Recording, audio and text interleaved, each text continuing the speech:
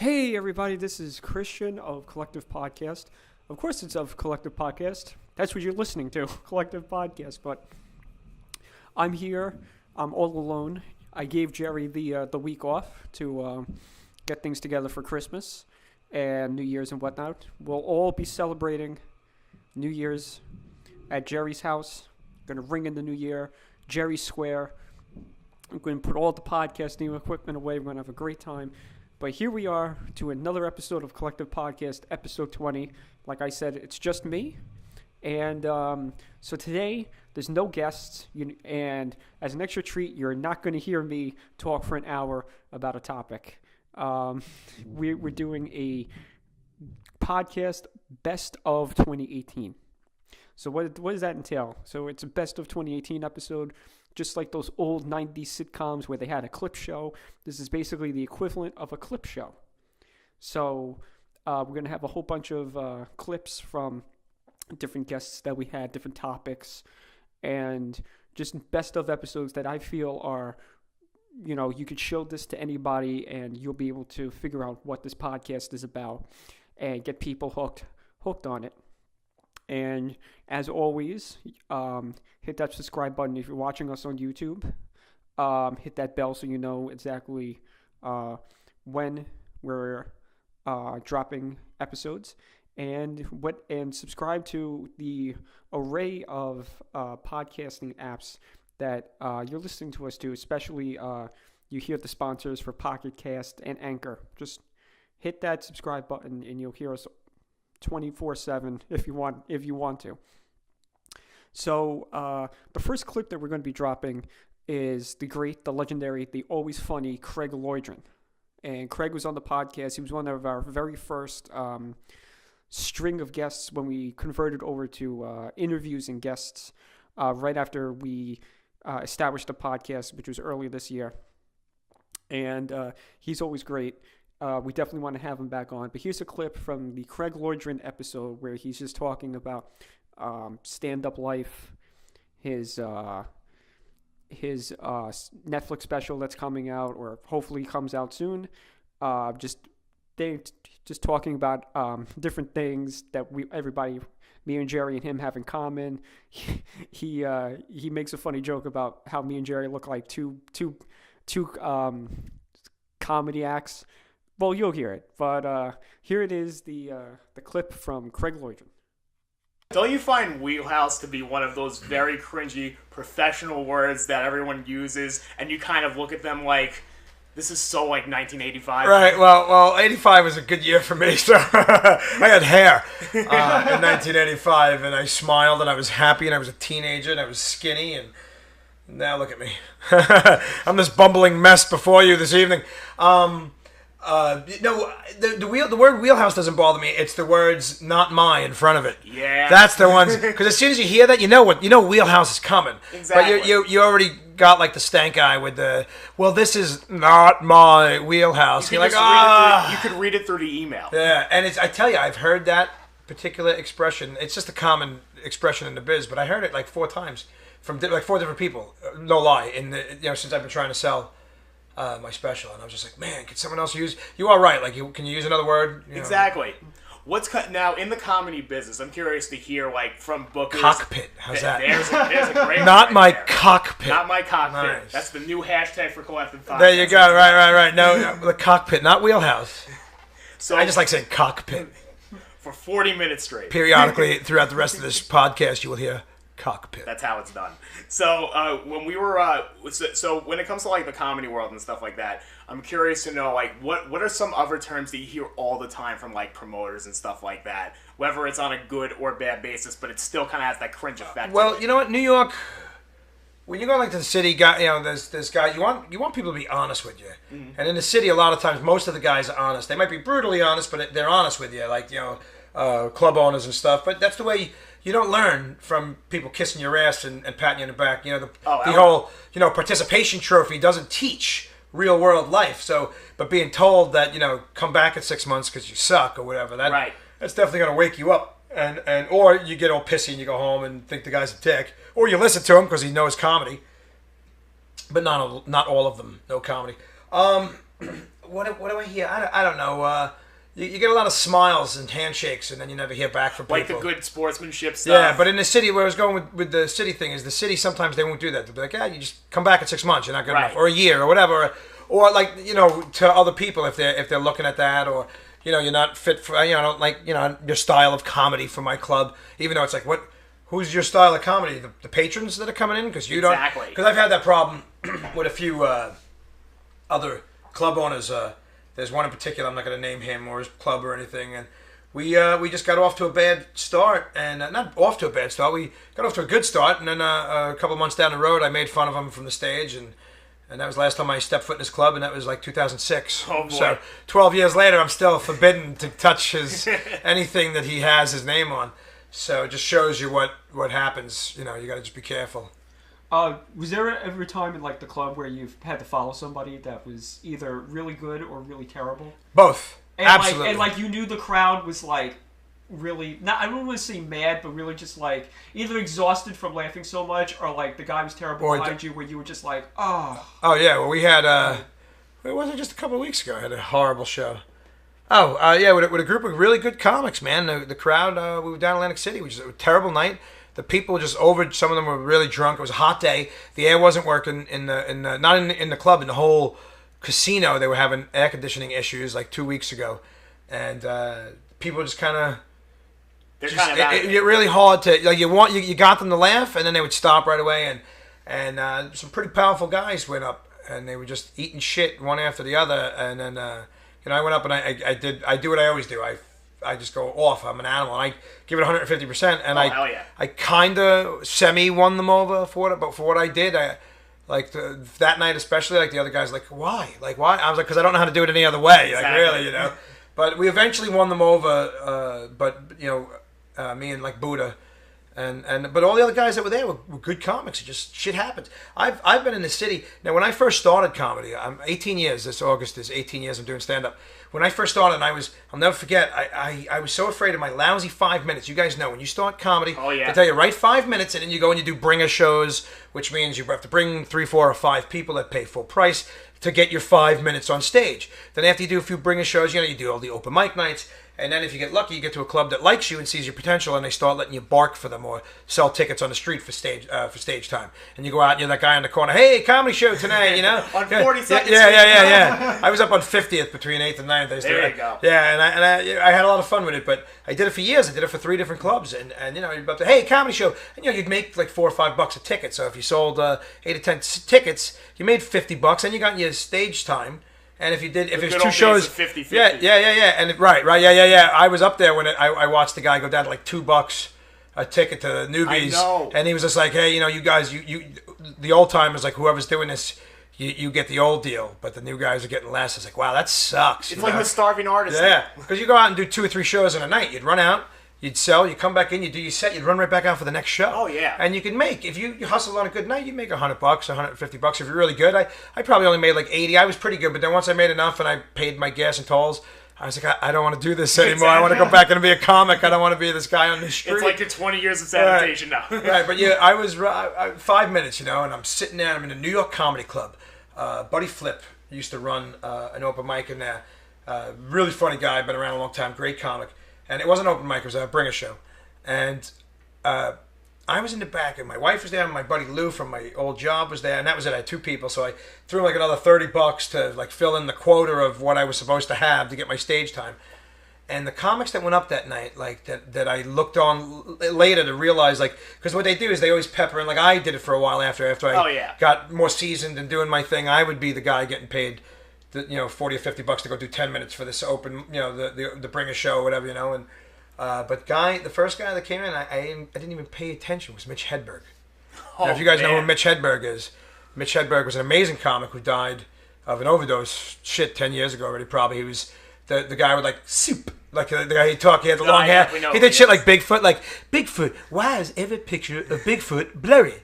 Maybe the pictures aren't blurry. Maybe Bigfoot's blurry, that was his thing, When an escalator breaks, it's just stairs. His pacing's incredible. Yeah. It's just stairs. You could still transport yourself. I'm just using the stairs. Like, he used to do shit like that. Like take the letter U out of a word, like soup, and that was like soup. Hey, Stop. take the letter U out and just, Stop. Stop. He was that kind of guy. He was just a funny, and he was there.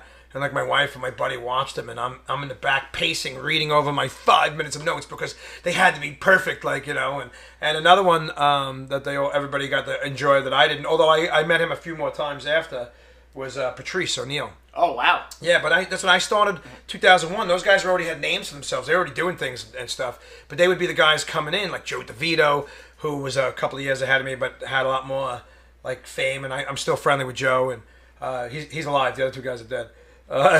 Joe takes care of himself. But, just guys that like I came up with, like guys that came in, Mike Vecchio, and they all kind of made names for themselves. And now they're out on TV, and I'm sitting in your basement on a Sunday talking to you for a podcast. Nothing against you guys, but, This is for the real fame and glory. Right. Oh, man. Oh, jeez. I keep looking at your shirt thinking it's a Guns N' Roses shirt, but it's not. It's some random emo band for the last year of War Tour. if Named Jerry's- Citizen, great band from Ohio. Yeah, Citizen, Toledo, Ohio. It's a cool shirt, but every time I look at it, I'm seeing the Guns N' Roses symbol, but nothing else. I could see Are it you now. questioning- Yeah, the yellow and the white, Yeah, the circles. You question my immigration status? I might be, yes. Where are you from, buddy? Look at you. I'm from Ohio. What Yeah. If Jerry's not wearing a band shirt, I get very uncomfortable because it's like, what's going on? Exactly. What's wrong, Jerry? Anything else is like completely formal. I could be wearing his shirt. He's like, "What are you dressed for today?" If you were wearing his shirt, you would look like a big giant baby in like a little tiny shirt, and a fat guy in a little coat kind of thing. There you Yeah. go. Not saying you're a fat guy, but he's like 12 pounds. Exactly. You No, guys are I'm you guys solid are 62. yeah. I'm 15 pounds wet. There you go. Oh boy. You guys are every like big and skinny comedy duo ever. I was kind of thinking that the other week. actually. Laurel and Hardy and Lauren Hardy. yeah. I'm on Lauren Hardy. There you go. So you guys could be Christian, we have influences now for once, right? Yeah. There you go. See that? There was a. It was always fun having Craig Loydgren on the podcast. We hope to have him back in 2019. He's just a great guest. He just made us laugh for an hour and a half. And you can find that on the in the archives at Caputo Collective YouTube channel, of course, as with all of our episodes. And next, we're going to have an interview with, I think, our biggest guest of 2018. Definitely the most hyped guest and our most interactive, most viewed. Lots of people still talk about it, and I still try to share it every once in a while when I can. But we had the Libertarian candidate for governor of New York, Larry Sharpe. And that was one of our best interviews ever. You could tell in my voice when you hear it that I'm super nervous to have him on. Jerry really went the extra mile in getting him and talking to his team. And I hope we will have him back on one day. But here's an excerpt from the episode with Larry Sharpe. Everybody, remember the saying, there is no spoon. So, Larry, I was just curious to know, what is one quote in your life that you've always stuck by?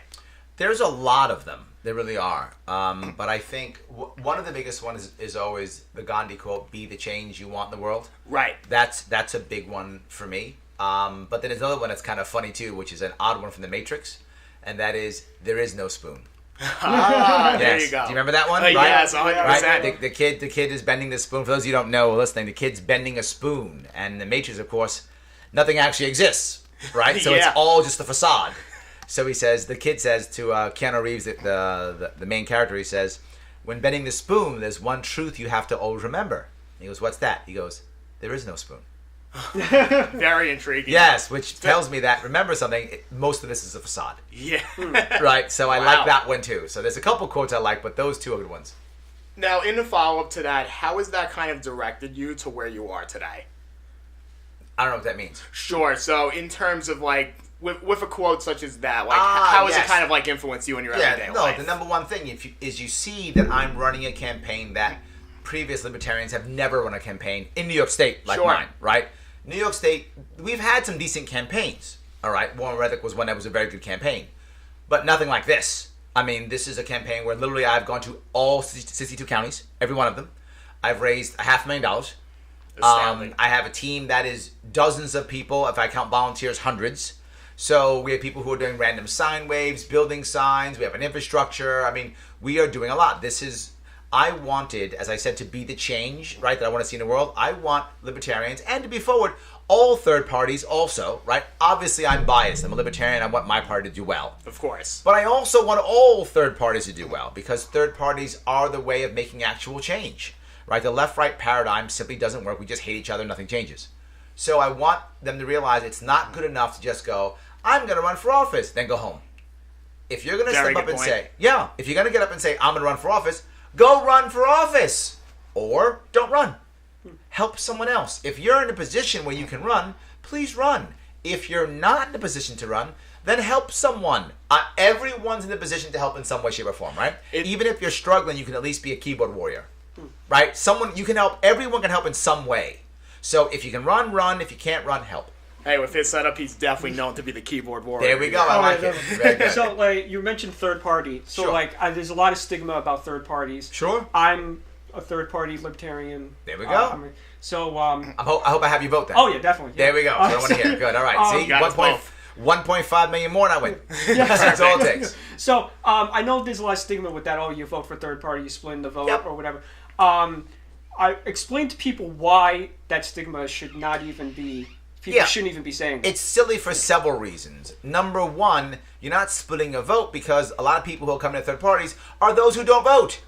Right? Third parties are notorious for bringing on people who weren't going to vote anyway. Right? In New York State, give or take 60 to 70% of our population doesn't even bother voting. They don't show up to the polls.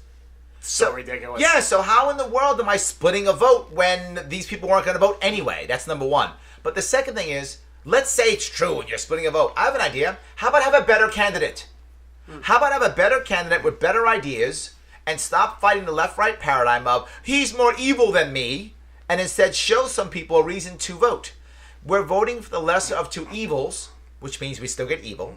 And we have people saying, you have to vote for the lesser of two evils because the other guy's even worse. I have an idea. Get better candidates. If we have a third party, it will make the other two old parties better. Right now, try to find an actual policy or positive outlook for either party. You can't. Have you seen their ads? Oh my God, their ads are horrible. It's just, this other guy's evil. He's a murderer. You see it all the time. That's all you see. And then the actual policy, the Republicans' policy is Cuomo's corrupt. That's his policy. How does that help anybody? Exactly. How does it make anything better, right? And Cuomo's policy is Trump is evil. Trump's not even running for governor. Yeah, it's such an apples to oranges He's not type even of thing. running for governor. And then how does that help anybody? No one's being helped by anything. But all of a sudden, here comes Larry Sharpe. And now we have fear. And what you see, particularly from the right's been worse than the left here, because the left is winning right now in New York State, so they're not that worried. The right's worried that they're going to lose their second-class status and go third-class status. They're worried. So what's the right doing? We have to fight Larry Sharpe. How do we fight him? I have an idea. How about by having a better candidate with better ideas? No way. Too much work. We'll just smear campaign. We'll just call him a bad guy. What they don't get is that works very well when you only have two parties. Yeah. Smearing does work when you only have two parties. It's true, because one of two things happen. People get so disenchanted they don't vote. That's common. As I said, 60 to 70% of people don't vote. Or two, they're so afraid of the other guy, they vote for you. So it does work when it's two parties. But when there's three, it doesn't. Because when it's three, when I make one guy evil, is the other guy, maybe he is, maybe the other guy isn't. It doesn't become the black and white, left and right. So it doesn't work as well. In fact, when you're a third party, the negative campaigning often is more press. So it actually gets people to look you up. So people who wouldn't know who I am now know because they're painting me as the bad guy. But painting me as the bad guy, at least they know who I am. You can kind of tell when people are leaning towards your side of things. Their time is more invested into what you're trying to do. Yes. There's absolutely. always that alternative that, like, let's say if someone's, like, observing something from a Democratic standpoint, Republican standpoint, 30 seconds, it's a lot more shallow and chastised in comparison to an alternative option. Well, you've made a valid point here, and this is the problem. The old parties only know the old ways, and the old ways are 30-second sound bites and pictures. They don't realize how I'm winning people. I'm winning people with long form. If you've noticed, I'm winning people with things like this. right? This is a longer form interview where I can speak, we can ask questions, we can talk about things. You saw I did Joe Rogan, I did Dave Smith, I did Dave Rubin, I did Glenn Beck. So I do the long form interviews, right? These guys can't do long form, right? Because they have no policy. They haven't thought anything through, right? The Republican knows he's not going to win. His policy's a joke anyway. He's never going to win. He knows that. He knew he was never going to win from the beginning. I mean, he started running in April. How do you win, or May, whenever he started running? How do you win running in May against Cuomo? It's impossible, right? No way he was going to win, so his policies are irrelevant. And Cuomo doesn't have to have policies because he's going to win and shut up. That's how he thinks. Yeah. So who cares, right? So they can't do long form. But I can. I can talk about how I care about people, how I want things to be better. I can talk about actual policies that don't punish, but instead reward people for good behavior. I can talk about policies where I give people opportunity and they want to come back to the state. I can talk about those details. They can't. So the next clip I'm going to play is one of my favorite stories that's been told at least 3 times on the podcast. And this is from my birthday episode, which is in the archives. And this is very early in the podcast when we were still doing topic-based episodes and not really having any guests on. This next clip is me talking about Jerry's lack of video game skills and the greatest Jerry flub / achievement / I don't even know what you would call it, but it's the greatest moment, I think, in Jerry's video game career, and I'm using career in quotations. Jerry has never played a video game in his life, and he flubbed his way to victory in Mario Party, and it's one of the greatest stories, I think, ever in the history of the podcast. Also, we're in the same episode, we talk about the Avengers. So, because the Avengers just came out around the time, and we just talked about a little bit of predictions about Avengers 4, and I go on one of the most famous moments of the podcast is my rant, my epic rant on James Cameron. And I think it still holds up to this day as one of, I don't want to say angriest because I'm very calm, but I could have gotten really heated with that discussion. So here it is, Jerry's flub and my epic rant on James Cameron. My birthday was 2 days ago, Jerry. Yeah, I don't want to overclap too much on that one. Yeah, I'm for the viewers. I'm 1,003 years old. No, I'm no shit. I just turned 28. Yeah. We had a celebration yesterday with my friend Jimmy. We had video game night. Now, I'm going to exaggerate this, guys. I just want to say something real quick about Jerry. Who's Jerry has never played... Oh, wait, I exaggerate. Jerry barely plays video games. He hasn't played a video game since, like, the N64. Since 2002. Yeah. So, like, Tony Hawk Pro Skater... That was the last game I was obsessed with. I threw away my PS2. So, last year... And I wish I had Larry with us, because Larry can tell the story the best. But I'm going to try to... You're going to out Larry? Yeah, I'm going to try to out Larry. So we played Mario Party. I bought the EverDrive, which has the whole catalog of N64 games and some mods and some games that were never released. So we played Mario Party 2. This happened last year, and we had the rematch yesterday. But we played Mario Party 2 last year. And Jerry, he just likes to fuck around or whatever. Doesn't... He As goes always. like, I'm just going to half-ass play this. So within the last I'm 5 surprised turns... you're giving me that much credit, by the way. So the last 5 turns, this is what Jerry does. This is Jerry random. First round, and I'm sure I'm going to get text from Larry as soon as I mess this up, but I'm going to try my best. It's the 5th round. There are 5 rounds left in the game. The first round, Jerry landed on a random space. He got a star. Yay me. Then he landed on the question mark. No, was it the No, he landed on the treasure, which is the green chance button or whatever. It's sad how I can't even help you with your story because I don't even know what you're talking about with these terms. Yeah, and yet you won. and he got the genie bottle. So he used the genie bottle to go to Toad to get another star. Who was Toad? You or Nicole? No, Toad. No, you don't play Toad. Oh, you don't play Toad. So you go to Toad. This goes to show that this is true. You go to Toad, and he gets another star.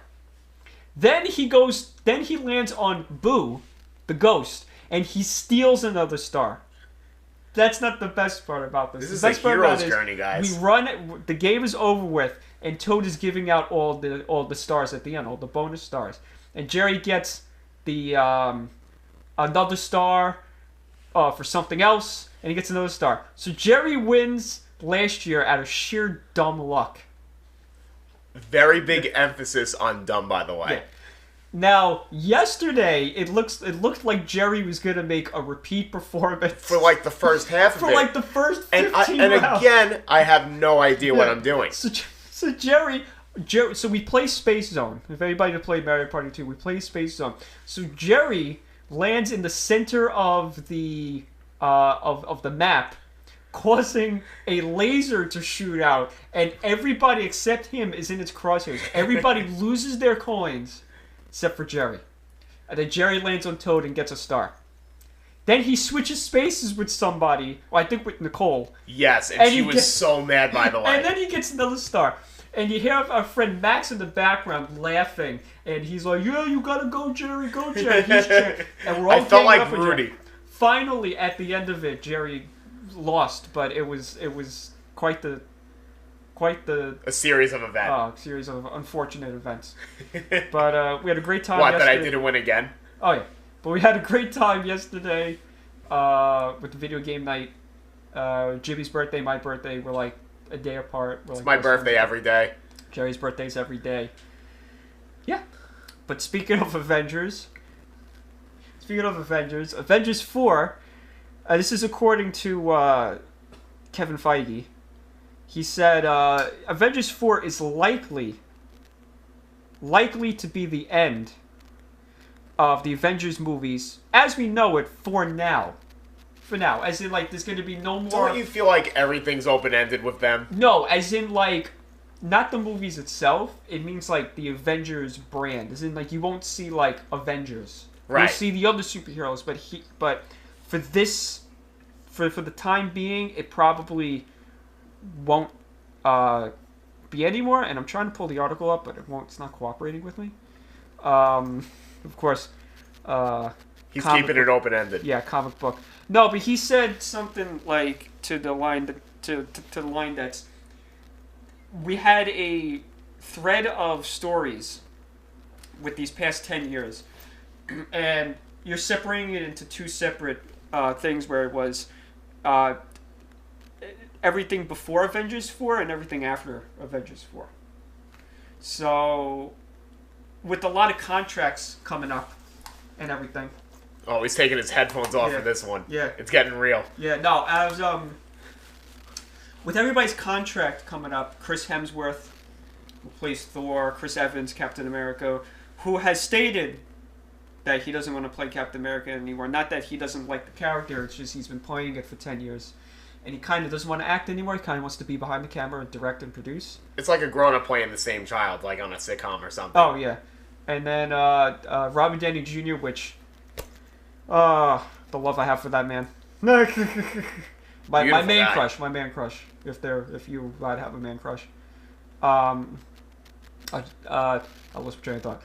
No, he's going to... Find Christian on Tinder at... No. Robert Downey Jr. No. He's his contract's up, and he's open to coming back, but I don't think he's really open to coming back. He is the character, Robert Downey Jr. He is Iron Man.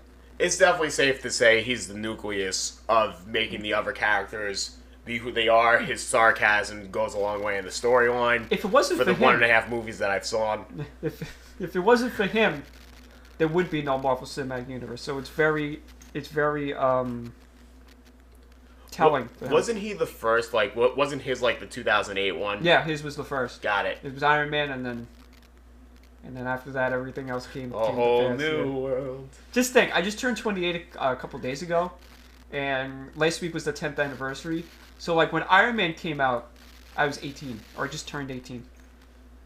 So yeah, so that's. But I think they're starting all the properties too with Marvel, so they kind of want to take a break from Avengers movies. It's gonna go cosmic, so we're gonna be having more space fair movies and stuff. But You can only be in a glass case of emotion for so long. yeah, I was in a glass cave emotion. I don't want to give away too many spoilers, which by the time this comes out, it'll be like a month and a half after. So I don't know why I'm so laid back. But think of that as a proof of concept, though, because if people still don't know about that, that means it hasn't reached 2 billion yet. Yeah. Well, you can hear my review of the Avengers, my brief review of Avengers on Caputo Productions YouTube channel or our website, which I'll promote later, which we launched. Drum roll, please. Drum roll, please. All right, here comes another Avengers article. My James Cameron, who James, who I don't like as a person, as a human being, just for the things that I hear that he does to his actors and the way he treats people. Mr. Ego himself complains about superhero movies, and he wishes that superhero movies would fail, just so he can perch up his little, movies and stuff. He goes, "Oh, I wish they would be different, so science fiction movies and other ideas can come up." And I'm not gonna lie, that's a reflection of me a little bit, Yeah. to an extent. Yeah. And I kind of like him now. no. And he said something along the lines of like, I wish other people would get other ideas and do other things. I'm going to go on my rant in like 2 seconds. This isn't the first time he said something like this, that he's complained about superhero movies. He's complained about Wonder Woman, which I don't know why you would complain about Wonder Woman, because her movie was one of the best movies in DC. It made almost $1 billion. It hit like 800 million, which is really good for the very first solo female-driven superhero movie. It was definitely remarkable for sure. Yeah. So he complained about Wonder Woman not taking women forward, and that's just weird because I don't know what he means by that. But then he comes out and says, he didn't bring women forward like my characters, like Ripley from Alien and Sarah Connor. My characters that I wrote are better than these people. Gee, ego much? I mean, I could go. Jerry's heard me rant. If only I've known about superhero movies. No, Jerry's heard me rant. I would love to pretend to argue with you. And a lot of people hear me complain about about James Cameron.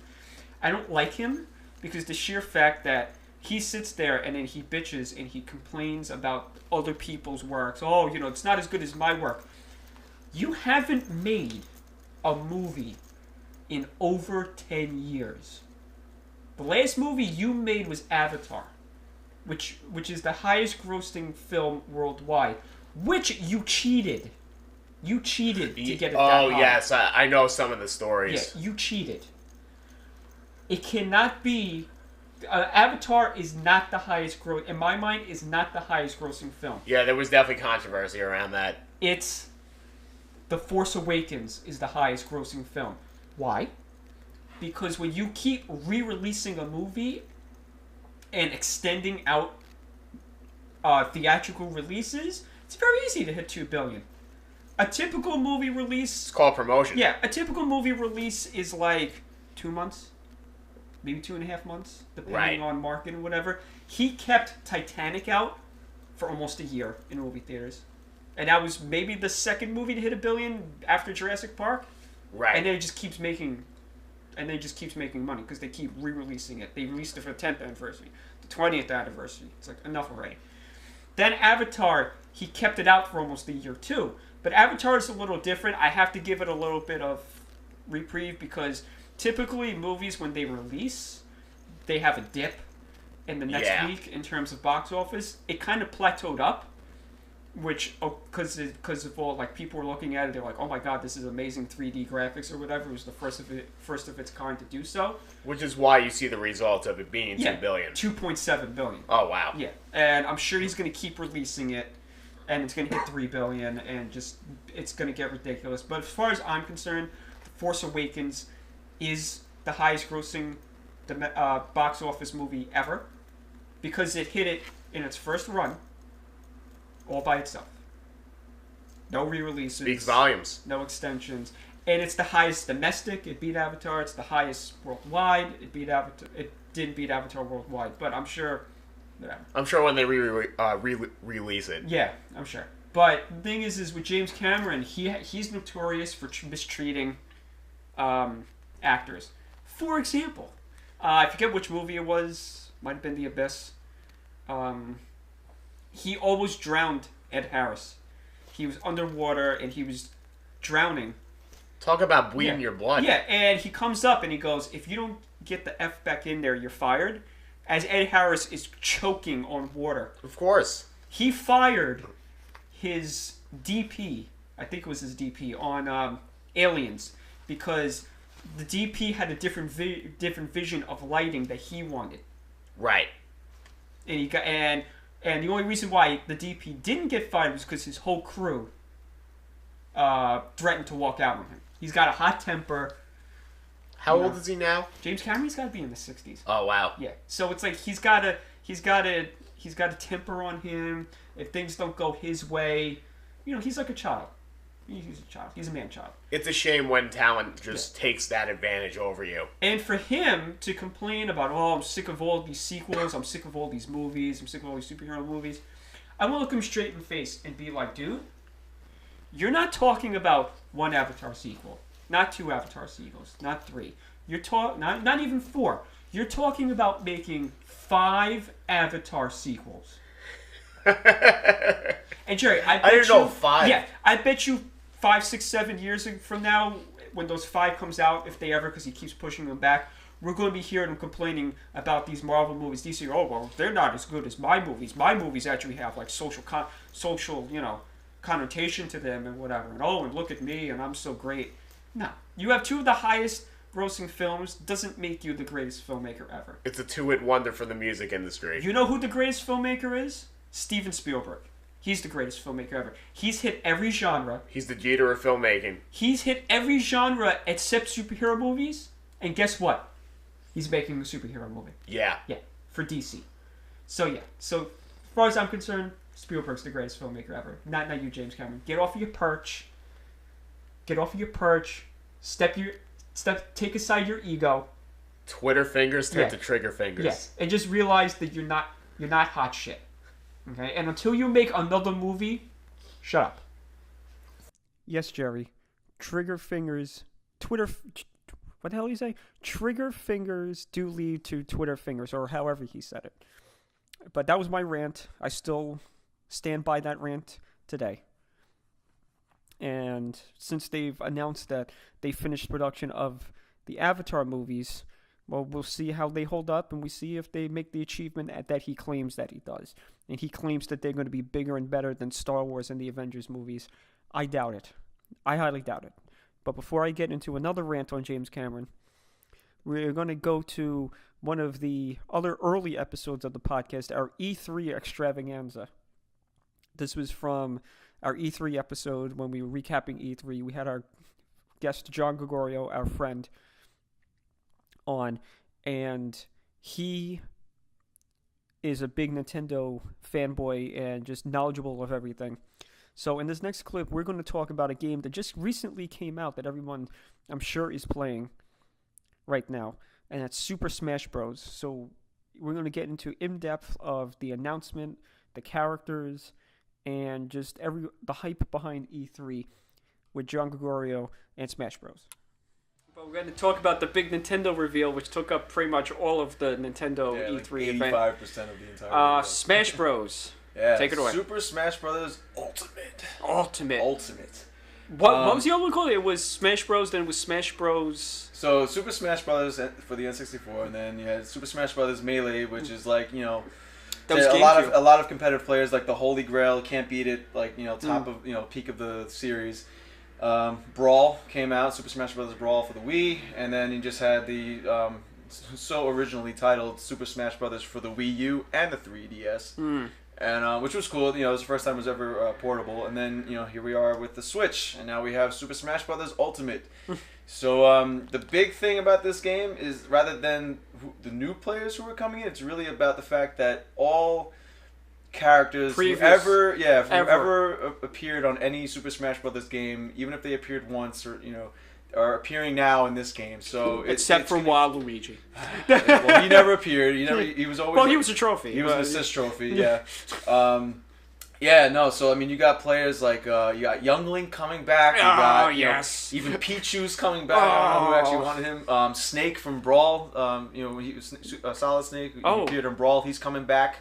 Literally anybody who was in a Smash Brothers game as a playable character is coming back, and that's crazy. It's absolutely crazy. Yeah, the Avengers too.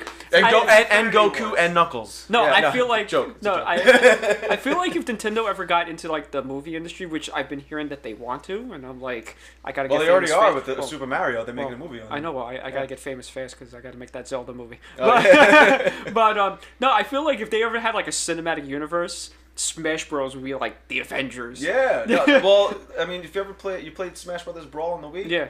So you remember like the single player mission game, Subspace Emissary, I think they called it. That could have been a movie. Yeah, that could have been. Remember all the cutscenes that they had? Yeah. Remember that the one scene with like the Kirby was like on his like Kirby air ride thing, and he just like flew through that whole like gunship and made it explode, and like any character that had like a ship in general, like Star Fox on his R-Wing and Pikmin on his like little rocket ship, they were all like shooting. It was the craziest thing. They could have made that a movie. He's a character I feel like gets no love, Kirby, because he had like the 3 Dreamland games and then. He gets a lot of games. I don't like Kirby Yarn. It's like. I mean he's had a lot of weird games, but like he if you trim the fat and like take away a lot of his like one-off games, like his mainline games are really good.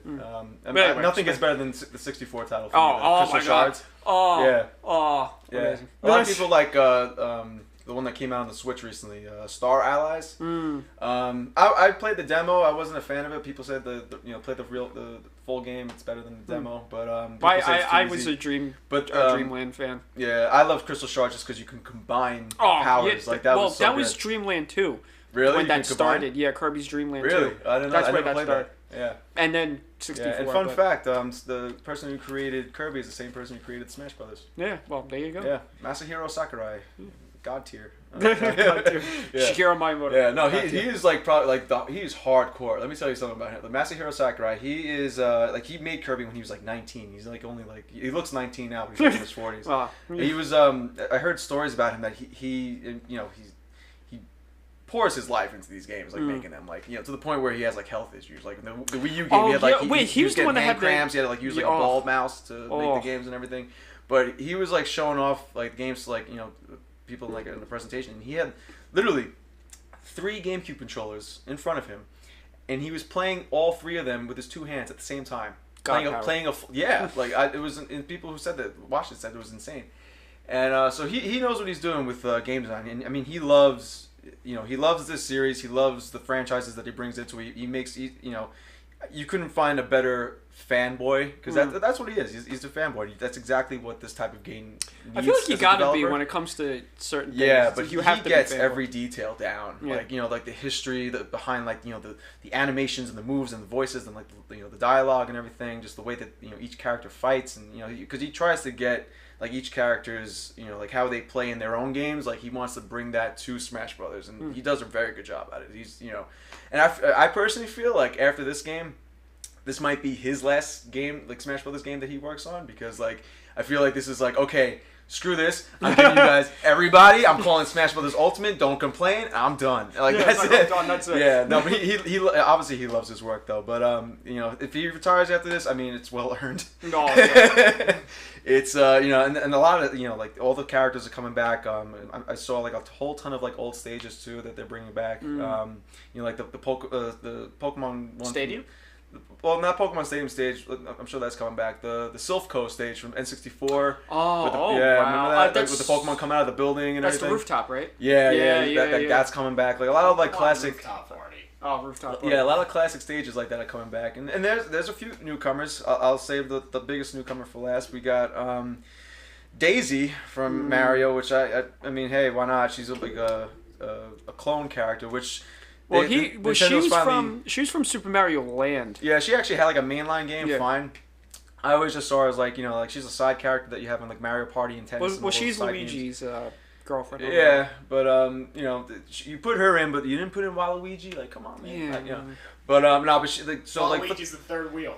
Yeah, he's always the third wheel. Well, fourth wheel. Yeah. Because it's Mario. No, because it's Mario, Luigi, Wario, and then Waluigi. Yeah, the Wario brothers. So Yeah, the Wario brothers. Yeah, and Wario's in the game, so like, why not Wario. have? Yeah. I always play Wario when it's Mario Party or when it's Mario Kart. Yeah, That's my he's character. He's a funny character. That's my playing character. Smash Brothers for sure. Yeah. Yeah, he's just so wacky.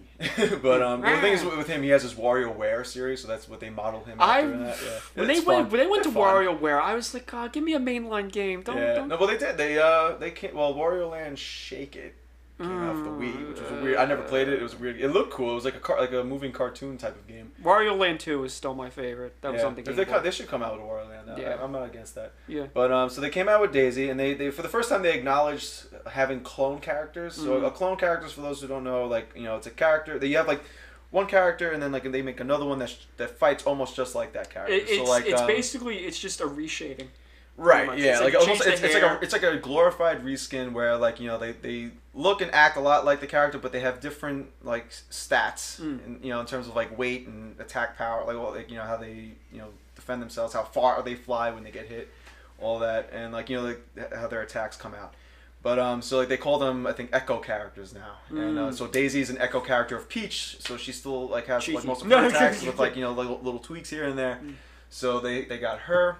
The actual new character, the Inkling from Splatoon, which I am totally maining. I love Splatoon. I was about to ask you if you. I am a huge Splatoon fan. Anybody who has a Switch and doesn't have Splatoon, please buy Splatoon 2. It's so good. Get out of but so like Splatoon is like it's Nintendo's answer for the most part to like a competitive shooter. It's not first person obviously, but it's like a third person shooter, and the genius of it is like you're not shooting each other. You can to slow down the team. But you're really aiming for everything else around you. So like it's a paintball game, like or ink they call it. So like each team has their own color, and you shoot your colored ink all over the turf. So and that's the name of the game is Turf. This is a PG show, man. No, PG show. Honestly, the whole game looks like like Nickelodeon. Yeah. It looks like Nickelodeon made the game, almost like with the slime and all that stuff, But but it's like crazy colors, like pink colored ink and green and orange and all that stuff. And like by the end of the it's a timed match, and at the end of the match, whichever team got more of that color on the turf than the other one, that they're the winner. And why wasn't that a Nintendo? Not a Nintendo, a Nickelodeon game show when we were a kid? Right? Yeah, they could have totally done that. Yeah. Yeah. But they could make a Splatoon show if they wanted to. Like, I think they're missing out on that. Yeah, I can totally see that being a cartoon. Well, Double Dare's coming back, so that's yeah. But and it's but it's fun. It's it looks colorful and friendly, and it is. But like it's very like it's a very in-depth game. Like there's a whole slew of like weapons and different depending on even what you wear, like gives you different abilities and things like that. So you really get into it like with like how you can build your character and everything. And they have like their single player stories and everything like that. And they announced the DLC for that game too. That was another part of E3. That the release of it rather.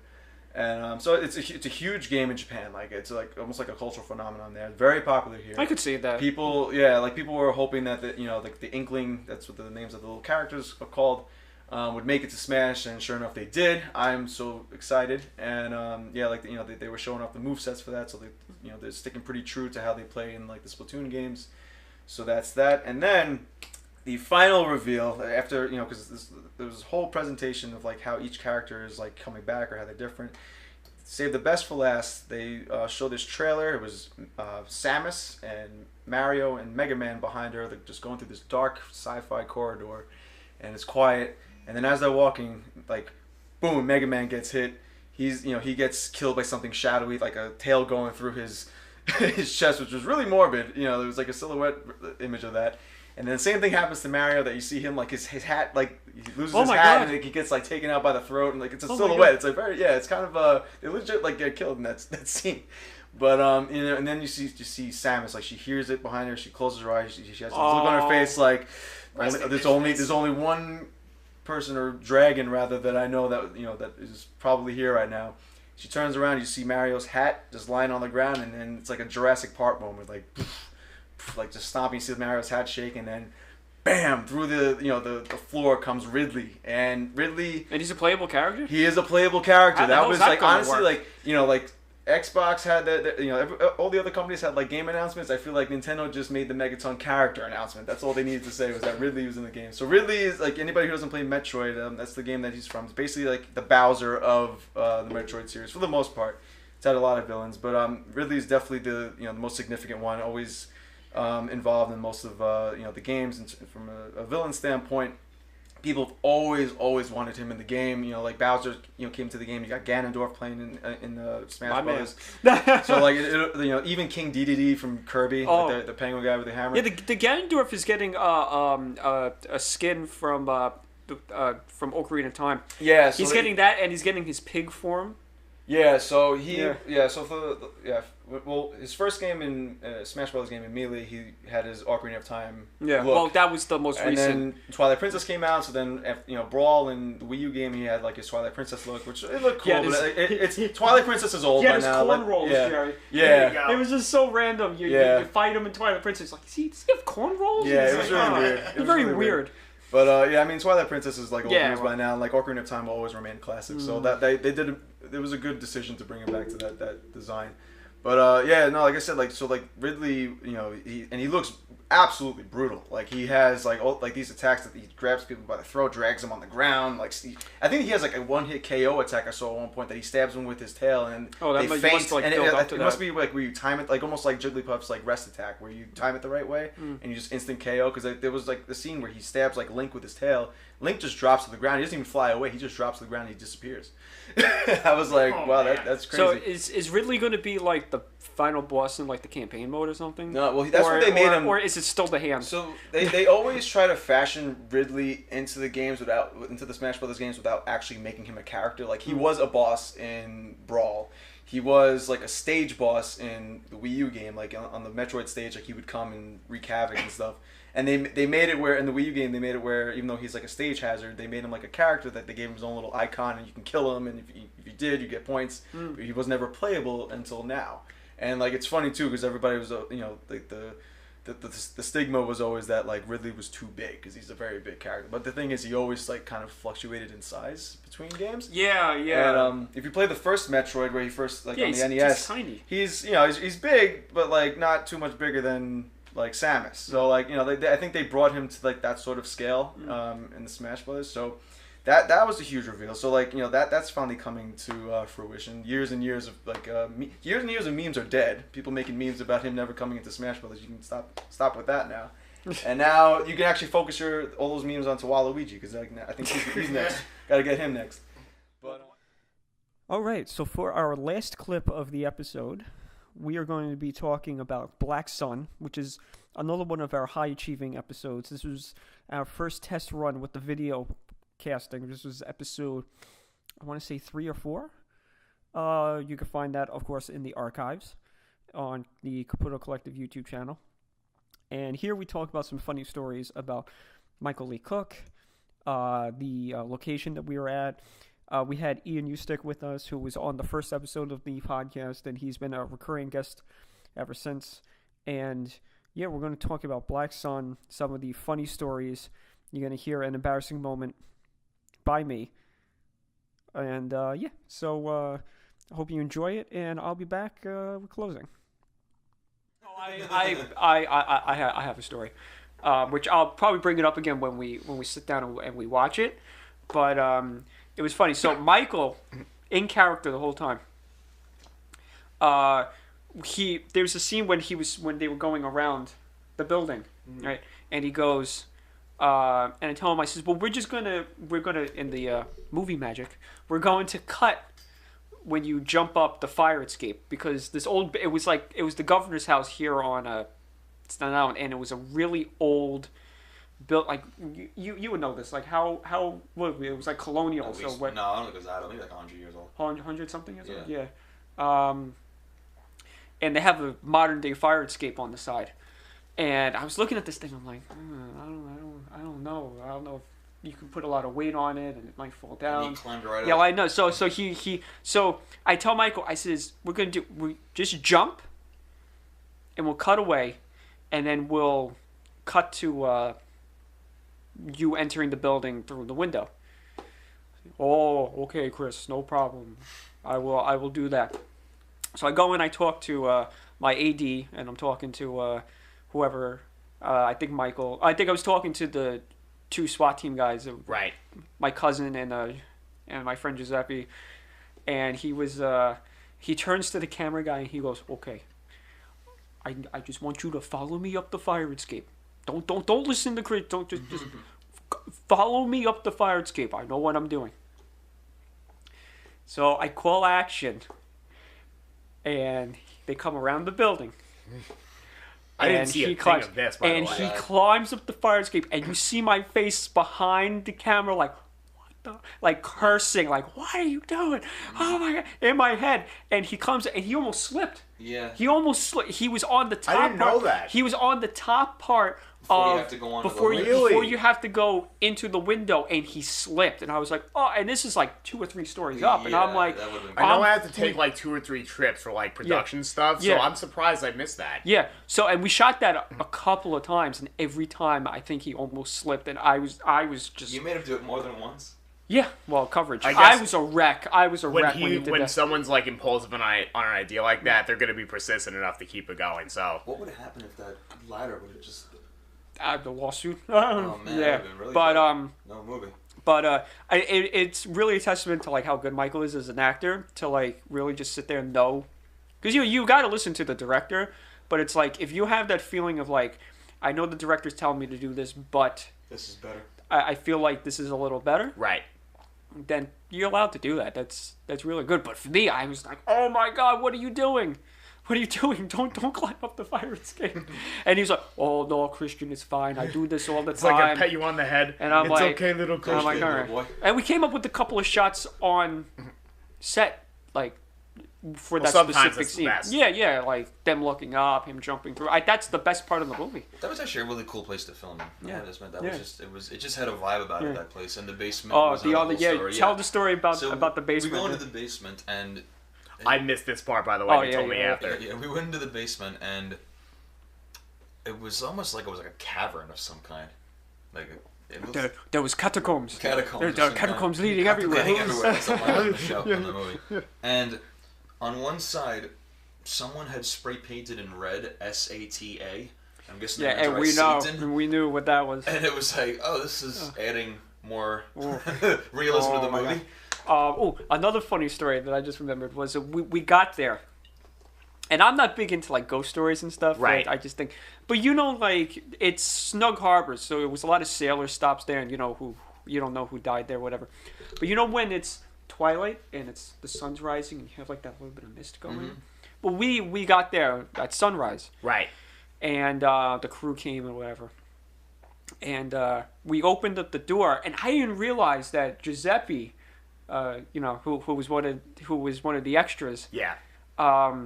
he walked into the building, walked upstairs, and hid.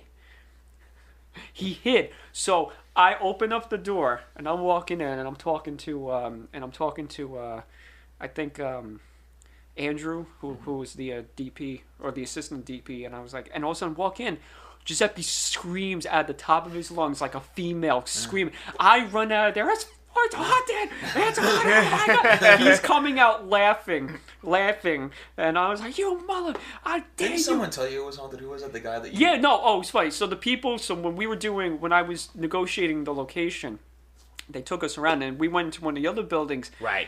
And I looked, and I walked in, and they wouldn't come in. I go, how come you're not coming in? And they're like, no, it's fine. And I'm like, and I smiled. It's and I'm great, like, no big deal. And I'm Yeah, no like, big deal. it's haunted, isn't it? And they're like, we're not obliged to say. Of And I'm course. like, And you give it away right there. oh yeah. And I looked at them. I'm like, okay. I'm So not making the joke to everybody. Let's do a sleepover, guys. oh yeah, no. Did you ever have that feeling of your skin crawling a little bit when you walk I into felt that something? in the basement. Yeah, not yeah. upstairs, No, so. it was like very, Very scary. And then another story that I had, which was it's probably going to get me in trouble from somebody, but we were shooting in the basement. You were there for that. You were cracking so many jokes.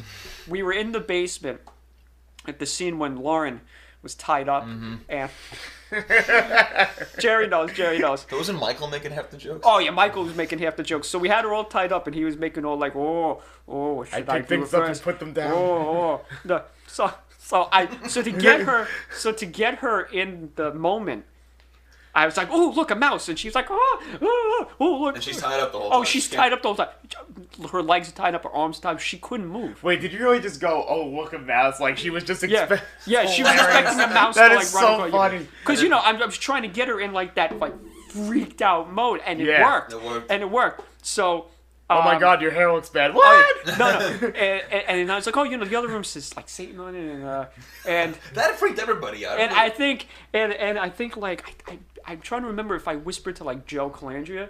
I was like, hey, can you just say like you thought you saw something running across? He's like, oh yeah, sure. 10 minutes later, oh, I think I just saw something. And now she's freaking out now. And the best part about it is I'm in like the occult garb. Yeah. And I got like full blown beard. 20 people. In Oh that yeah. room.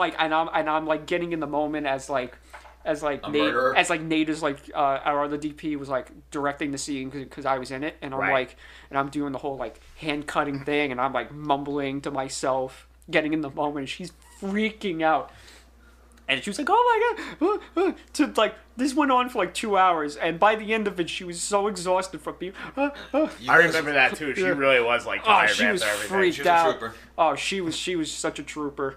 Like it was just, and the makeup she had to go through. It was. I know. Wasn't that her first movie that she did? Because I believe she had done modeling before that. Right. And But she did a really good job. Yeah, she was good. She was very good on the spot. Like there was that scene with Michael E. Cook. Where you were about to like capture or something like that, the inner like dialogue was very well written. When Michael, she acted well on it. When Michael goes to shoot me, I disappear, and it's not a continuity error, but it's like he goes to shoot me, and Michael's like, Christian, you have to fall on the floor, and I'm like looking around, and it's an unfinished basement. I just remembered something else now again when I Gotcha. when I figured out. So I'm like, Michael, there's like it's dirty. Like I don't know what's down. I don't know. Stuff's going Meanwhile, on. you're okay with Lauren. Like, No, well, she was on like a was tarp. on like a She was towel, on a yeah. tarp. Yeah. So Michael walks in as we're setting up. He goes and he's just admiring the architecture and the whatever it was, and he takes a stick and he's poking the ceiling, and this dust coming down, and he goes, oh, that's asbestos, and I'm like, and we're all. Oh my God! I remember that. He did And that. I'm like, look at him, look, Michael, why are you touching it? I don't know. It just he puts looks it down, good. and he puts it down, and he goes, I'm going to stop now. Just walks away. That's asbestos. And I was just like, Everyone's in the room like, let's get it out. oh my God. Way to add to a set, right? Yeah. Seriously.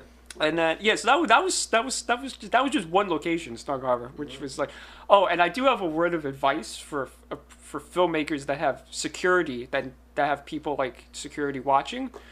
When we walked in, and the security walked up to me, hi, I'm security guard, blah blah blah. I'm gonna watch you. You have the location until 2:00. We went way over. It's always What, 2 good. hours? Yeah, it's Give 'em always food. good. It's always good to give the security guard, hey, you want a cup of coffee? You want some? And he was like, happy to and he watch. was good. And he said to me, he was like, hey, look, I know you had it till 2, but you were nice to me and you gave me some coffee, so I let Right. you stay. So I tell any filmmaker, not kiss up, but Coffee up. coffee up with the people There there. you Yeah. go. All right, everybody. That has been the Collective Podcast, episode 20, the best of Collective Podcast 2018.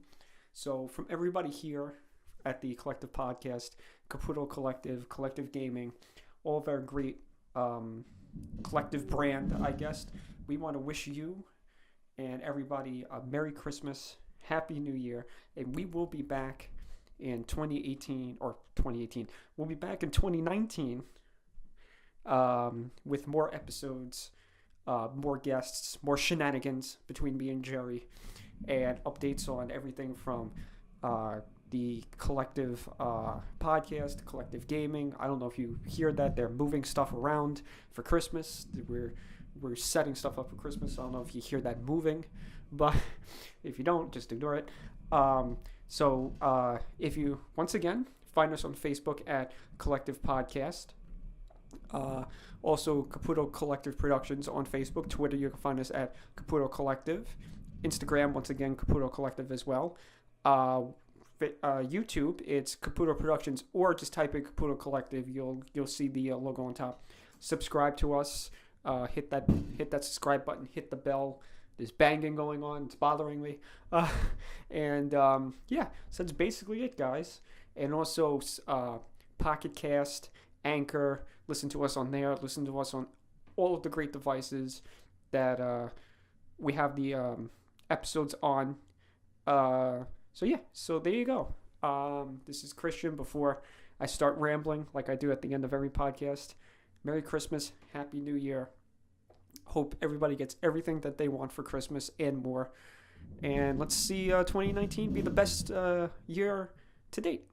All right, guys. See ya.